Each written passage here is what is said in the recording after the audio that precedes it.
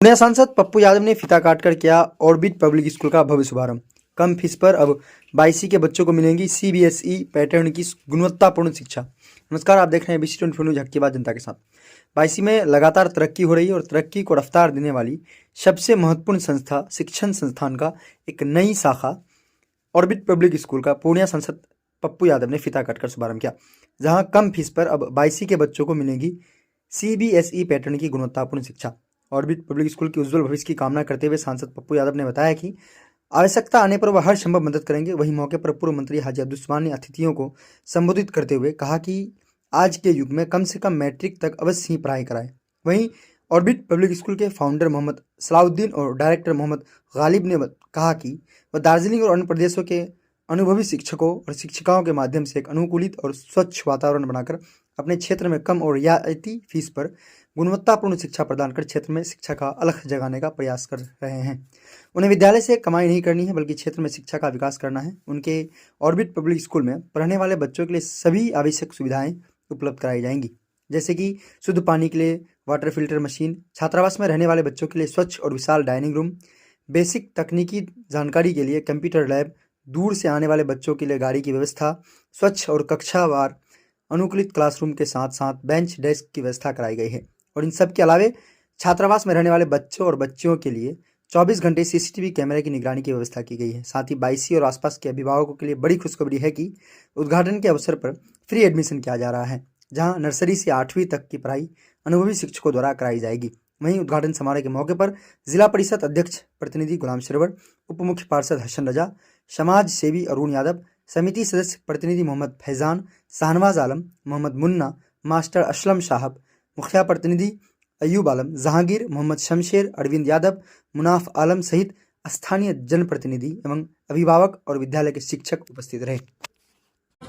Orbit public school, जिसकी एक बड़ी सोच, बड़ी विचार, एक बड़ा सपना, एक बड़ी उम्मीद, बच्चों के तालीम, उसकी एजुकेशन, एक नूतन इंसान, नव मानवतावादी सोच के तहत इस देश और विश्व का कल्याण कैसे हो, और उसके लिए एजुकेशन का महत्व कितना महत्वपूर्ण है। मैंने देखा क्लासेस इतने खूबसूरत, कंप्यूटर क्लासेस से लेकर सलाउद्दीन साहब और उनके तीनों भाई, पूरा परिवार,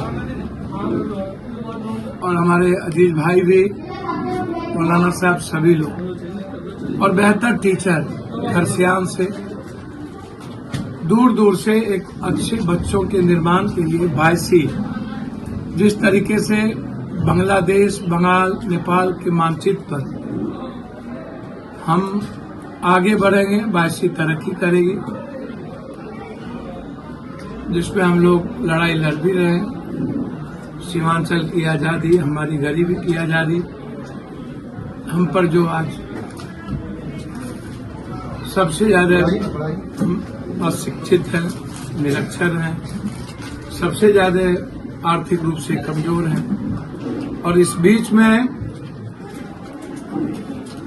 व्यापार से अलग हट करके एक स्कूल का खोलना और इतना खूबसूरत, इसके लिए हम बधाई देते हैं। आज जरूरत है एसटी हो, एससी हो, एफडीसी हो, माइनॉरिटीज के लोग हों, जो कंप्लीट गरीब है, बिलो पॉवर्टी लाइन, उस बच्चों को कैसे आगे बढ़ाएं। सरकारी स्कूल की हाल आप जानते ही है, न तो क्वालिटी है न क्वांटिटी है। तो आज हमें बहुत अच्छा लगा अपने भाई सलाउद्दीन सिंह और पूरे इस स्कूल के संस्थापक से लेकर के सभी कमेटी के साथियों के साथ मैं भविष्य में इस स्कूल की पूर्णिया में बहुत बड़ी तरक्की की शुभकामना देता हूँ। यह स्कूल निर्माण करे, एक अच्छा इंसान पैदा करे, जहाँ डॉक्टर अब्दुल कलाम हो, आइंस्टीन हो, जेम्स हो, भाभा हो, अंबेडकर हो, सावित्रीबाई फूले हो, दिनकर हो, हमारे रेणु हो, ऐसे लोगों का निर्माण हो।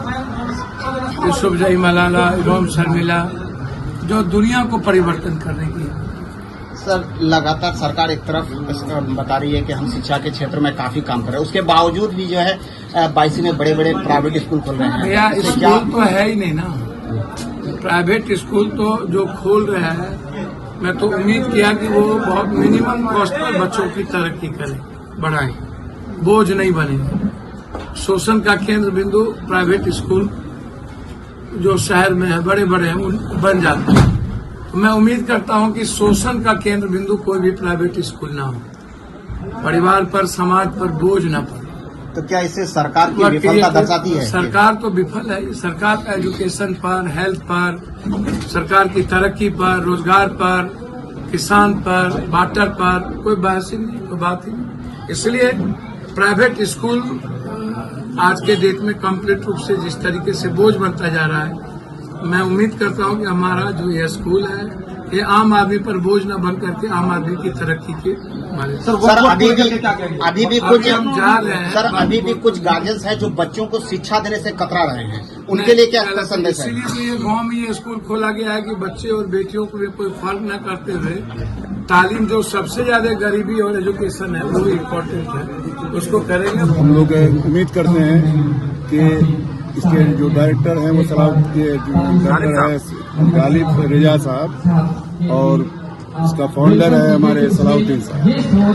तो काफ़ी हमको खुशी हुई कि इलाके में ऐसा माहौल बन रहा है तालीम का कि आगे हमारा आने वाला नस्ल इंशाअल्लाह बहुत आगे बढ़ेगा। अभी भी कुछ लोग ऐसे हैं जो बच्चे को तालीम देने के लिए काफी पीछे, उनके लिए क्या संदेश है? देखिए, अब तो कोई भी बच्चे को अगर तालीम नहीं देता है, घर से नौकरी के लिए नहीं, दुनिया में जीने के लिए तालीम जरूरी है। ऐसा नहीं कि हम नौकरी होगी तभी हम तालीम हासिल करेंगे या बच्चों को पढ़ाएंगे। तालीम नौकरी के लिए नहीं होता है, तालीम अपनी बेदारी के लिए, अपनी जानकारी के लिए होता है, अपना मकाम पाने के लिए होता है। ऐसा नहीं है, इसलिए तालीम निहायत जरूरी है।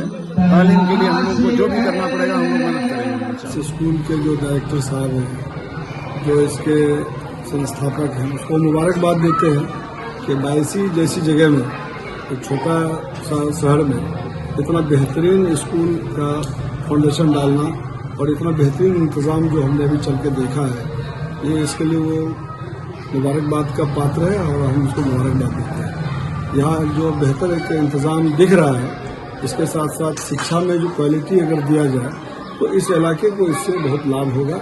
यहाँ के बच्चे पढ़ के यहाँ से जब निकलेंगे तो फिर देश दुनिया में इलाके का नाम करेंगे।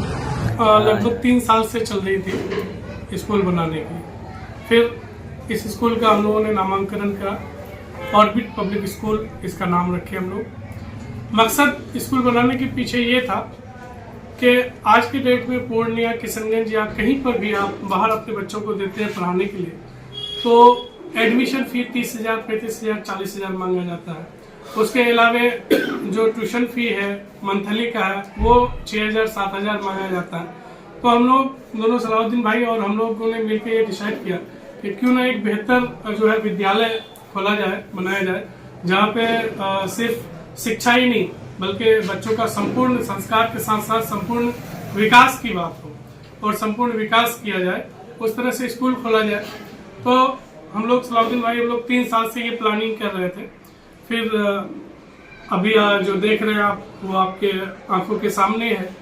अभी हम लोगों का एडमिशन फ्री चल रहा है। एडमिशन फ्री, उनके अलावे जो दूसरी चीज़ें हैं कि आपका डाइनिंग जो रूम है, डाइनिंग हॉल अभी आप लोग देख लिए शायद, वहाँ पे भी फोटो वगैरह लिए होंगे, कंप्यूटर लैब वगैरह, यानी कंप्लीट जो सुविधा एक बड़े स्कूल में होती है, उन सभी चीज़ों की सुविधा हम लोग देना चाह रहे हैं।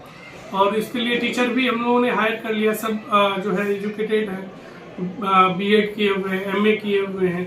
बहुत सारे टीचर इनमें से जो है नवोदय विद्यालय में, बिहार नवोदय विद्यालय में जो है वो पढ़ाए हुए हैं। 3 साल तक वहाँ रहे हैं, उसके बाद वहाँ से यहाँ आए हैं। तो अभी हम लोगों ने 6 टीचर जो है लिया है स्कूल के लिए, और 6 टीचर से स्टार्ट कर रहे हैं। बस उसके बाद स्टूडेंट आते जाएंगे और हम फिर टीचर बढ़ाते जाएंगे। कौन कौन से क्लास की पढ़ाई होगी और हॉस्टल की क्या व्यवस्था है? हॉस्टल में गर्ल्स के लिए आप लोग देख ही चुके होंगे शायद, या आप लोग वीडियो भी बनाए होंगे। तो गर्ल्स के लिए हॉस्टल जो हमारा बिल्कुल सेपरेट है। और उनके अलावा दूसरी चीज़ जो है, नर्सरी से लेकर के 8th क्लास तक की यहाँ पे पढ़ाई है। हॉस्टल की सुविधा किन किन क्लास के लिए होगी? टोटल क्लास के लिए, सब क्लास के लिए। गाड़ी की क्या व्यवस्था है जो बच्चे दूर से अभी आए? हमारे पास 2 गाड़ियां हैं और आगे कोशिश करेंगे इंशाल्लाह बच्चे बढ़ेंगे तो फिर गाड़ियां भी बढ़ी जाएंगी। अपना एडमिशन के लिए अगर कोई आपसे संपर्क करना चाहे तो कोई संपर्क नंबर? हाँ, संपर्क नंबर मेरा संपर्क नंबर है और भाई का भी है और मेरे टीचर्स का भी है। एक नंबर बोल दीजिए। 96 31 72 79 52। अपना नाम परिचय दीजिए। Mohammad Ghalib Raza, director orbit public school Sudigaon. School का ओपनिंग करने का मकसद यही था कि हम आज 3 साल से इस स्कूल की मेहनत किए कि बच्चे को पढ़ाने के लिए, तो आज हमारा स्कूल मुकम्मल हो गया है। मैंने उसी हिसाब से आज स्कूल का ओपनिंग डे रखा था जिसमें हमारे माननीय MP पप्पू यादव जी भी आए थे और मैं उसका भी बहुत बहुत शुक्रिया अदा करता हूँ। और हमारा मकसद यही है बच्चे के लिए कि जो हम सीमांचल के इलाके में चाहे किशनगंज हो या पूर्णिया हो, अपने बच्चे का एडमिशन के लिए गया था, उसमें कुछ फीस ज़्यादा ही मांगा था जिसमें हमको तकलीफ हुआ कि हम आज हमारे जैसे आदमी लोग कमा रहे हैं तो बच्चे इतनी फीस में पढ़ा लेंगे, लेकिन जो कमज़ोर वर्ग के हैं, जो कम कमा रहे हैं, जो मजदूर क्लास के बच्चे, उसके बच्चे कैसे पढ़ेंगे? और ये तालीम और ये इल्म सबके लिए ज़रूरत है, चाहे गरीब हो या अमीर हो। इसके लिए सोचा कि क्यों ना अपने गाँव समाज में एक स्कूल बनाऊँ और उसी मकसद से मैंने स्कूल बनाया है और हर क्वालिटी के कम से कम मजदूर क्लास के बच्चे भी पढ़ पाएँ। अनाथ बच्चों के लिए क्या आप लोग ऑफर है? मैं कोशिश करूँगा कि कुछ से कम कुछ यतीम बच्चा हो फ्री पढ़ाएं। जैसा कि देखा जाता है कोई भी संस्था जब खुलती है तो ऐसी ही बातें करती है, लेकिन जब संस्था चलने लगती है, अच्छी होती है, तो उनका फी खुद ब खुद बढ़ जाता है। आपके पास अगर ऐसा हो तो क्या आपके पास संस्था भी ऐसी करेगी? आपका बात एकदम बिल्कुल सही है, ऐसा होता है, लेकिन हमारा सोच ऐसा नहीं है क्योंकि अल्लाह ताला ने हमको बहुत अच्छा नवाजा है। तो मैं चाहता हूँ कि ऐसा नहीं करूँ, कम से कम फीस में बच्चों को पढ़ाऊँ और लोग बच्चे पढ़ें। अपना परिचय। मेरा नाम Mohammed Salauddin, founder Orbit public school. इस तरह का स्कूल खुलने से विकास के कड़ी में कितना योगदान होगा? मैं तो सबसे पहले ऑर्बिट पब्लिक स्कूल के फाउंडर सलाउद्दीन साहब को और डायरेक्टर मास्टर गालिब साहब को धन्यवाद देता हूं कि जिसने दोनों ने मिलकर, एक ने नहीं दोनों ने मिलकर इस सुदूर देहात इलाके में और कम पैसे में अच्छी तालीम, अच्छा शिक्षा देने का अहद लिया है। बहुत अच्छी बात है, हमारे गांव के समाज के लोगों ने खोला है, जो हमारा भतीजा भी होगा जनाब सलाउद्दीन साहब, मैं उनको बहुत ही मुबारकबाद पेश करता हूं। इस पसमानदा इलाके में इतना खूबसूरत स्कूल को बनाना और यहां पर एजुकेशन सिस्टम को लॉन्च करना और इसको अच्छे, और मैं चाहता हूं कि और इसको आला पैमाना पे लेके चलें हम लोग और यहां के एजुकेशन सिस्टम को सुधारें, क्योंकि ये हमारा सीमांचल इलाका जो है ये बहुत ही पसमानदा इलाका है। इस चीज़ से आप लोग अच्छी तरीके से वाकिफ हैं।